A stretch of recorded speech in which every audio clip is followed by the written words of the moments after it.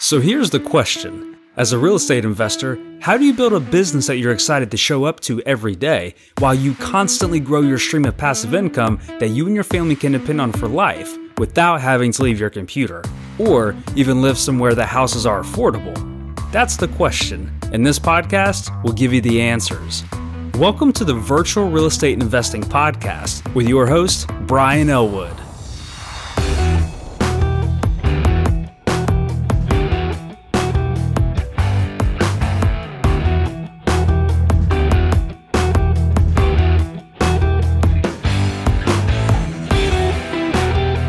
What's going on, everybody? Welcome back to another episode. Just on the way to my favorite coffee shop in Denver. It's called Steam. They make really good pour-over coffee, which is where they grind it, put it in the filter, and then the barista pours the hot water over it out of the little jug or whatever you call that thing. Teapot looking thing. It's the only way to drink coffee. If you're a coffee snob, you know what I'm talking about. Once you get hooked on it, like with any good thing in life, you can never really go back. So I'm one of those geeks that spends $4 on a cup of coffee. So you guys can make fun of me if you want to. While I'm on the way, I wanted to cover a topic that I've been thinking about a lot lately. And it's pretty basic, but often overlooked in real estate investing. And even that term real estate investing kind of factors into what we're going to talk about today. So what does that mean? Think about it. Real estate investing. It's in the title of this podcast. It's in the title of a lot of other podcasts. People use that term all the time. But the problem is it means different things, very different things. There's a lot of different ways that you can invest in real estate, and there's different outcomes of each one. So let's kind of go up the ladder. A lot of people wholesale real estate. We used to do that. It's basically where you put a property under contract and assign it to an investor for a profit. And when you're doing that, you're not really investing in real estate. You're investing in marketing to get leads. And then you essentially sell your position to someone else once you get the property under contract. It's not really being an investor. It's more of buying and selling. You're not really buying anything. But the next kind of rung up the ladder would be rehabbing, doing fix and flip. So instead of assigning the contract to someone else, you bring the money, you buy it, you put money into it, and you flip it, and you make a profit. And that is investing, because you're investing your money with the hope that it's going to turn into more money. If you put $100,000 into the house, you should be able to sell it for $150,000. After all your expenses, you might net $30,000 or something. It's a good payday. However, it's a lot of work. All of that requires a bunch of work to make money. Just like wholesaling, marketing, talking to sellers, going on appointments, analyzing deals, trying to sell the contracts. It's a lot of work to do, and you make money. So wholesaling, fix and flip are both active forms of real estate investing. Same thing with new construction. It's really the same thing as fix and flip. It's just a different product. Very active. Lots and lots of actual work involved to make it a reality. But again, you're kind of investing in the dirt when you buy it and in the materials, and you're hoping to make a profit. So when you compare those types of investing to other types of investing in the investing world, they're not really that similar. Most of the time when you hear somebody talk about investing, they invest in stocks.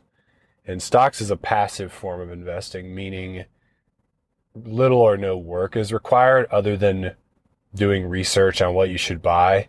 And then you just basically go online, click a few buttons, buy some shares, and sit back and wait. And so the traditional kind of approach to investing is passive. Like most people, when they think of being an investor, it's passive investments. And I agree with that. I think that the true essence of the word investing relates to investing passively. And the only way to invest passively in real estate is buy and hold. You buy some kind of property, could be single family or multifamily. You get tenants in there, you get a management company to do all the work, and you watch your statements roll in. You watch your investment perform, and maybe it does well or maybe it doesn't. But that type of investing requires little or no work. You can have a pretty large portfolio and not really do a lot. And even once you get above 20, 30, 40 houses, you can bring in an in-house person to kind of talk to the property manager for you and do some of the grunt work and the paperwork and the bookkeeping that kind of goes into that. So you only have to talk to one person. It's very passive. And the takeaway, basically, I want you to get for this episode is so many people talk about real estate investing as if it's all the same and it's all under this same umbrella. But it's really very different once you dig in. Like building a massive flipping business where you've got 5 or 10 or 15 or more, renovations or new builds going on at a time is a massive undertaking. Very complicated. It's difficult. It can make you very rich once you figure it out. However, investing passively, just building a rental portfolio, it's a lot less complicated, and it also makes you a lot less money in the beginning. My good buddy Matt Terrio of Epic Real Estate Investing Podcast talks about this all the time. He says, focus on streams of income, not piles of cash. Let your streams of income make you piles of cash over time.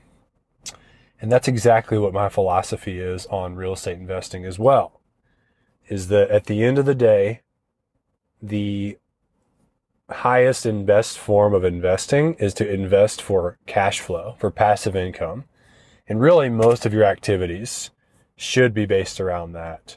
When I see guys building tons of new houses and making tons of money and, it seems like they've got it all. They've got a nice house and nice cars and tons of money and all this stuff. Then you ask them if they have any rentals and they're like, nah, I don't really deal with that. To me, that doesn't really make sense because they've got the money to buy a bunch of rentals so that they can have money coming in without working.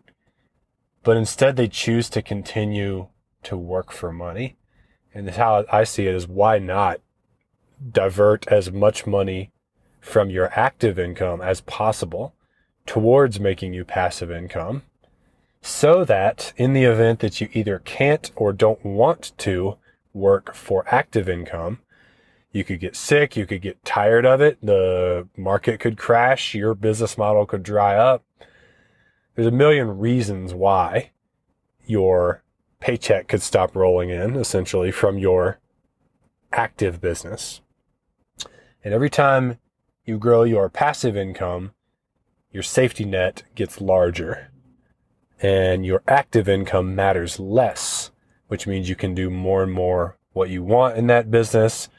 You can take more risks. You can focus more on your passions. Building passive income for yourself is a beautiful thing.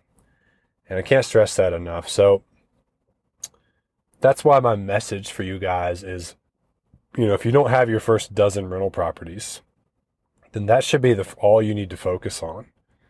Get a dozen little houses. I promise you it's not as hard as you think it is.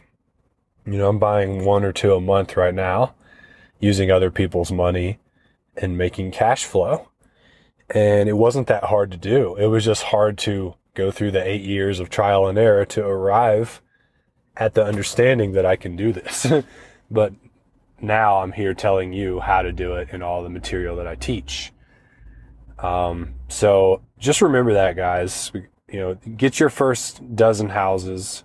You'll be making the average American income every year without working. Just money coming into your mailbox every month. And then think about how that would change things for you. Think about how it would change your decision making, your level of risk tolerance, what you got to do every day. The less money matters, the more the business can succeed, because then you can do the things you really need to do instead of doing things for money. I'll close this episode with a quote that I saw the other day. The 3 worst addictions are heroin, carbohydrates, and a monthly salary. Thank you guys for listening. I will see you on the next one. Peace. Want more? Get your free copy of Brian's book that is changing real estate businesses everywhere. Just go to www.fireyourself.net. Also, register for your free virtual real estate investing online masterclass at virtualinvestingclass.com.